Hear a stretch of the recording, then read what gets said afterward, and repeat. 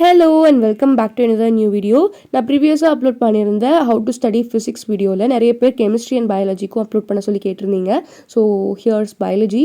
So பயாலஜிக்கு வந்துட்டு நம்ம எப்படி ப்ராப்பராக அப்ரோச் பண்ணலாம், என்னென்ன ஸ்டெப்ஸ் ஃபாலோ பண்ணால் நமக்கு வந்துட்டு மேக்ஸிமம் மார்க்ஸ் வந்து நம்ம அட்டைன் பண்ணலாம், and which is the right way to study அப்படின்னு சொல்லி நிறைய பேர் கேட்டிருந்தீங்க. அண்ட் ஆல்சோ நிறைய பேர் வந்துட்டு பயாலஜியை வந்துட்டு ஸ்டார்ட் பண்ணாலே ரொம்ப டைம் வேஸ்ட் பண்ணுற மாதிரி இருக்குது, ஆர் நான் என்ன தான் படித்தாலும் அதெல்லாம் வந்துட்டு எனக்கு ஞாபகம் இருக்க மாட்டேங்குது, I am week in memorising, அந்த மாதிரிலாம் நிறையா சொல்லியிருந்தீங்க. ஸோ எல்லாமே டேக்கிள் பண்ணுறதுக்கு நான் என்னென்ன ஸ்டெப்ஸ் எல்லாம் ஃபாலோ பண்ணுறேன் அப்படிங்கிறத கிளியராக எக்ஸ்பிளைன் பண்ணுறேன். So now let's get in to the video பார்க்குறதுக்கு முன்னாடி மறக்காமல் சப்ஸ்கிரைப் பண்ணிவிட்டு வீடியோவை ஸ்கிப் பண்ணாமல் ஃபுல்லாக பாருங்கள்.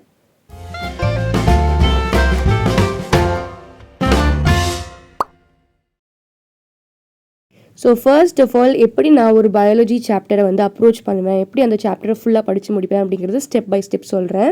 ஃபர்ஸ்ட் வந்துட்டு I just read the NCERT. So NEET exam படிக்கிறனால ஐ ரீட் த என்சிஇஆர்டி.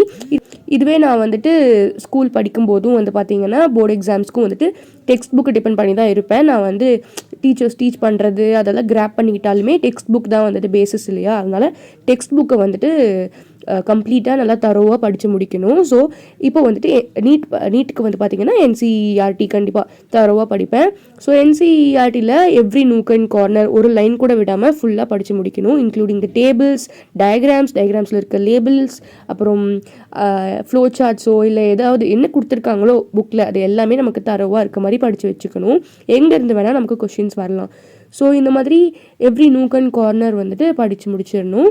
அதுக்கப்புறமா அதை வந்துட்டு ஒரு short note or mind map மாதிரி நம்ம ஒவ்வொரு சாப்டருக்கும் க்ரியேட் பண்ணி வச்சுக்கலாம். ஸோ ஃபார் எக்ஸாம்பிள் என்னோடய நோட்ஸ் கூட நான் வந்து டெலிகிராமில் அப்லோட் பண்ணியிருப்பேன், நீங்கள் வேணும்னா பார்த்துக்கலாம்.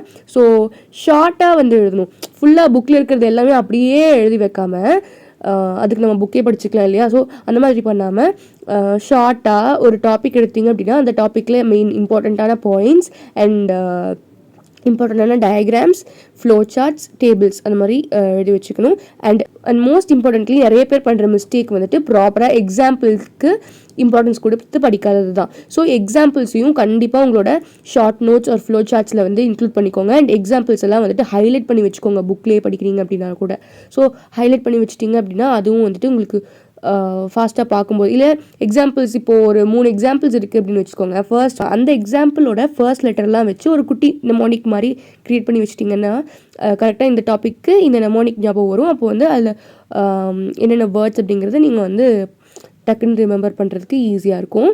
ஸோ இந்த மாதிரி எக்ஸாம்பிள்ஸ்க்கும் வந்துட்டு you can use this trick. And நான் ஆல்ரெடி சொன்ன மாதிரி ஃப்ளோ சார்ட்ஸ், டேபிள்ஸ், டயக்ராம்ஸ் இது எல்லாமே இன்க்ளூட் பண்ணி நீங்கள் வந்து பண்ணும்போது உங்களுக்கு ஆக்டிவாக உங்களோட பிரெயினில் ஸ்டோர் ஆகும், அதனால உங்களுக்கு ஈஸியாக இருக்கும். நெக்ஸ்ட் வந்துட்டு டயக்ராம்ஸ் வந்து என்ன பண்ணணும் அப்படின்னா ப்ராப்பராக ஒரு டயக்ராம் எடுக்கிறீங்க அப்படின்னா அதில் டாப் டு பாட்டம் என்னென்ன இருக்குது, என்னென்ன லேபிள்ஸ் இருக்குது அப்படிங்கிறது கிளியராக பார்த்து வச்சுக்கோங்க. அண்ட் நிமோனிக்ஸ் ட்ரிக்ஸ் எல்லாம் வந்துட்டு யூஸ் பண்ணி ப்ராப்பராக வந்து நீங்கள் இப்போ ஒரு டயக்ராம் இருக்குன்னா அதில் ஒரு 10 பார்ட்ஸ் இருக்குன்னா அந்த 10 பார்ட்ஸோட ஃபர்ஸ்ட் லெட்டர்லாம் எடுத்து அது ஒரு நிமோனிக் மாதிரி க்ரியேட் பண்ண ட்ரை பண்ணலாம். அப்போ வந்து உங்களுக்கு அது ஒரு ஸ்டோரி மாதிரி ஞாபகம் வச்சிட்டிங்கன்னா அது வந்து உங்களுக்கு டக்குன்னு ஈஸியாக மெமரைஸ் ஆயிரும். எக்ஸாம் டைமில் அதை வந்து ரிமைண்ட் பண்ணுறதுக்கும் உங்களுக்கு ஈஸியாக இருக்கும். அதுக்கப்புறமா வந்துட்டு ரிவிஷன். ஸோ ரிவிஷன் தான் வந்துட்டு வெரி இம்பார்ட்டண்ட் பயாலஜின்னு வரும்போது. பிகாஸ் நம்ம எப்படி ஃபிசிக்ஸ் கெமிஸ்ட்ரிக்கு கொஷின் சால்வ் பண்ணுறது இம்பார்ட்டண்ட் அப்படின்னு சொல்கிறோமோ அந்த மாதிரி பயாலஜிக்கு நமக்கு ரிவிஷன் தான் இம்பார்ட்டண்ட். பிகாஸ் நம்ம தியரி தான் நிறையா இருக்கும் அண்ட் நிறைய கான்செப்ட்ஸ் ஞாபகம் வச்சுக்க வேண்டியதாக இருக்கும்.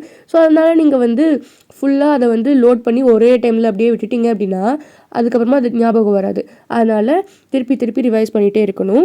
ஸோ எவ்ரி வீக் ஒன்ஸ் ஆகுது நீங்கள் வந்துட்டு நீங்கள் இது வரைக்கும் படித்த சாப்டர்ஸ் எல்லாத்தையுமே ரிவைஸ் பண்ணிகிட்டே இருங்க. அண்ட் கொஷின் ப்ராக்டிஸ்னு வரும்போது ஃபர்ஸ்ட் ஆஃப் ஆல் கொஷின் ப்ராக்டிஸ்க்கு நான் என்ன புக் யூஸ் பண்ணுறேன் அப்படின்னு சொல்கிறேன். ஸோ கொஷின் ப்ராக்டிஸ்க்கு வந்துட்டு நான் எம்டிஜியோட ஃபிங்கர் டிப்ஸ் தான் யூஸ் பண்ணுறேன். அண்ட் ஆல்சோ எக்ஸ்ட்ராவாக வந்து உங்களுக்கு வேறு ஏதாவது கோச்சிங்கோட மெட்டீரியல் கிடைச்சா கூட நீங்கள் யூஸ் பண்ணலாம். ஸோ மோஸ்ட் இம்பார்ட்டன்ட்லி நமக்கு பிஒய்க்யூஸ் ரொம்ப முக்கியம், அதாவது previous year questions. So previous year questions எல்லாத்தையுமே வந்துட்டு கிளியராக வந்து ப்ராக்டிஸ் பண்ணினோம் அப்படின்னாலே நமக்கு வந்து மேக்ஸிமம் மார்க்ஸ் வந்து வந்துடும். அதுக்கப்புறமா இருக்கிறதெல்லாம் நம்ம என்சிஇஆர்டி ரீட் பண்ணுறதுல வர ட்விஸ்டட் கொஷின்ஸ் அந்த மாதிரி இருக்கிறது தான் இருக்கும். மோஸ்ட்லி அவுட் ஆஃப் என்சிஇஆர்டிலேருந்து கொஷின்ஸ் வராது. ஸோ என்சிஇஆர்டி ப்ளஸ் பிஒய்க்யூஸே வந்து ஒரு கிரேட் அப்ரோச்சாக இருக்கும். அண்ட் ஆஸ் ஐ மென்ஷன், நான் வந்து கொஷின் ப்ராக்டிஸ்க்கு எம்டிஜி யூஸ் பண்ணுறேன். ஸோ கொஷின் ப்ராக்டிஸ் அப்படிங்கிறது நான் ரொம்ப நிறைய கொஷின்ஸ் எல்லாம் வந்துட்டு உட்காந்து சால்வ் பண்ணிகிட்டே இருக்கணும், ஃபிசிக்ஸ் கெமிஸ்ட்ரி மாதிரி அப்படிங்கிறது கிடையாது. ஸோ நீங்கள் இப்போ ஒன் டே வந்துட்டு ஒரு சாப்டர் படிக்கிறீங்க அப்படின்னா நெக்ஸ்ட் டே ஃபுல்லாக அந்த சாப்டரோட கொஷின்ஸ் ப்ராக்டிஸ் பண்ணலாம். ஐ மீன் அந்த ஃபுல் டே கிடையாது, நீங்கள் பயாலஜிக்குன்னு தனியாக டைம் ஸ்லாட் வந்து வச்சுருப்பீங்க இல்லையா, அந்த டைம் ஸ்லாட்டில் சொல்கிறேன். நெக்ஸ்ட் வந்துட்டு என்னென்னா மிஸ்டேக்ஸ் வந்து நம்ம பண்ணக்கூடாது, காமனாக நிறைய பேர் பண்ணுற மிஸ்டேக்ஸ் என்ன அப்படிங்கிறது பார்க்கலாம். ஃபர்ஸ்ட் வந்துட்டு ஜஸ்ட் ரீடிங் வித்தவுட் அண்டர்ஸ்டாண்டிங். இதுதான் வந்துட்டு மேக்ஸிமம் ஆஃப் த பீப்புள் பண்ணுறது. ஜஸ்ட் பயாலஜின்னு எடுத்துக்கிட்டாலே, பயாலஜின்னு இல்லை, மோஸ்ட் ஆஃப் த சப்ஜெக்ட்ஸுமே வந்துட்டு அவங்க அப்படி தான் பண்ணுறாங்க. மோஸ்ட் ஆஃப் த ஸ்டூடெண்ட்ஸ் என்னென்னா ஜஸ்ட் அதை வந்து ரீட் பண்ணிவிட்டு அதை அப்படியே மக்கப் பண்ணி அப்படியே மறுபடி அதை சொல்லி மக்கப் பண்ணி வச்சுருவாங்க. ஸோ அந்த பேராகிராஃப் வந்துட்டு ஸோ அந்த கொஸ்டின் வந்துட்டு பார்த்த உடனே அந்த ஆன்சர் அப்படியே மனப்பாடம் பண்ணது அப்படியே ரிவைண்ட் பண்ணி எழுதி வச்சுருவாங்க. பட் அந்த மாதிரி பண்ணிங்க அப்படின்னா எல்லா டைம்லேயும் உங்களுக்கு கரெக்டாக இருக்காது. ஒரு கான்செப்ட் ஒரு டாபிக் இருக்குது அப்படின்னா அதில் என்ன சொல்ல வராங்க, என்னென்ன எக்ஸாம்பிள்ஸ் இருக்குது அப்படிங்கிறதுலாம் ப்ராப்பராக பார்த்து அனலைஸ் பண்ணி அண்டர்ஸ்டாண்ட் பண்ணி படிச்சிங்க அப்படின்னா மட்டும்தான் அது எப்போவுமே உங்களோட மைண்டில் மெமரியில் இருக்கும். அண்ட் நெக்ஸ்ட் பாயிண்ட் வந்துட்டு ignoring diagrams and examples. So diagrams and examples நான் ஆல்ரெடி சொன்ன மாதிரி நிறைய பேர் ப்ராப்பராக வந்துட்டு அட்டென்ஷன் கொடுத்து படிக்கிறது இல்லை. ஸோ ப்ராப்பராக டயக்ராமில் இருக்கிற ஒவ்வொரு பார்ட்ஸையும் லேபிள் பண்ணுறது எல்லாத்தையுமே கிளியராக பார்த்து வச்சுக்கோங்க. அண்ட் எக்ஸாம்பிள்ஸையும் வந்துட்டு ஞாபகம் வச்சுக்கிறதுக்கு I have given you a trick, அது என்னென்னா இந்த நிமோனிக் ட்ரிக். ஸோ அதை வந்து யூஸ் பண்ணிக்கோங்க. அண்ட் தேர்ட் பாயிண்ட் வந்துட்டு leaving for last minute revision. So already சொன்ன மாதிரி ரிவிஷன் வந்து ரெகுலராக பண்ணிகிட்டே இருக்கணும். லாஸ்ட் மினிட்ல வந்து நான் ரிவிஷன் பண்ணிக்கிறேன் அப்படின்னு சொல்லி விடக்கூடாது. ஸோ ஃப்ரீக்வெண்ட்டாக வந்துட்டு அட்லீஸ்ட் வீக்லி ஒன்ஸ் ஆகுது ரிவிஷன் பண்ணிகிட்டே இருங்க. அண்ட் ஃபைனல் டிப்ஸ் என்ன அப்படின்னா ரிவைஸ் NCERT மல்டிபிள் டைம்ஸ். அதுக்கப்புறமா லாஸ்ட் மினிட் ரிவிஷனுக்காக ஷார்ட் நோட்ஸ் ப்ரிப்பேர் பண்ணி வைங்க. And stay consistent. Every day at least ஒரு 30 to 60 minutes ஆகுது பயாலஜிக்கு டைம் கொடுங்க.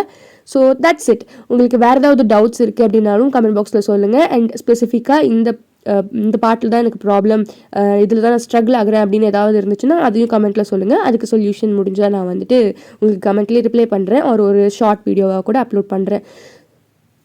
ஸோ ஃபிசிக்ஸ்க்கு இதே மாதிரி ஹவு டு ஸ்டடி ஃபிசிக்ஸ்னு ஒரு வீடியோ அப்லோட் பண்ணியிருந்தேன். அது ரொம்பவே ரீச் ஆகிருந்துச்சு. அண்ட் நிறைய பேர் வந்து அதை ரொம்ப யூஸ்ஃபுல்லாக இருந்துச்சுன்னு சொல்லியிருந்தாங்க. ஸோ அதையும் செக் பண்ணி பாருங்கள்.